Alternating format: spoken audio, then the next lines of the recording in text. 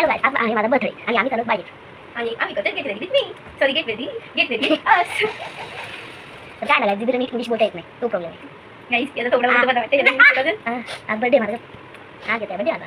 विषय का बर्थडे? नाही, आज येते. So hello. तर सगळ्यात आधी मी इकडे सनस्क्रीन लावून घेते.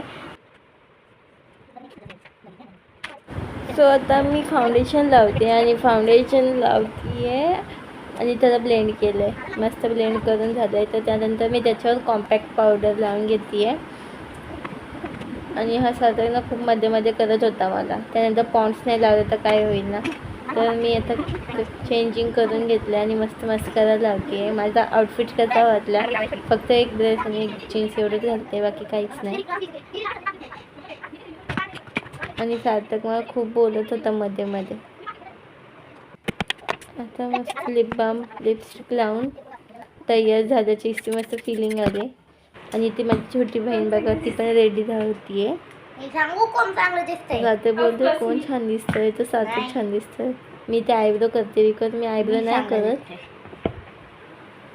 बघ कोण चांगलं दिसतंय. गोळ नाच करते काय नाच करते.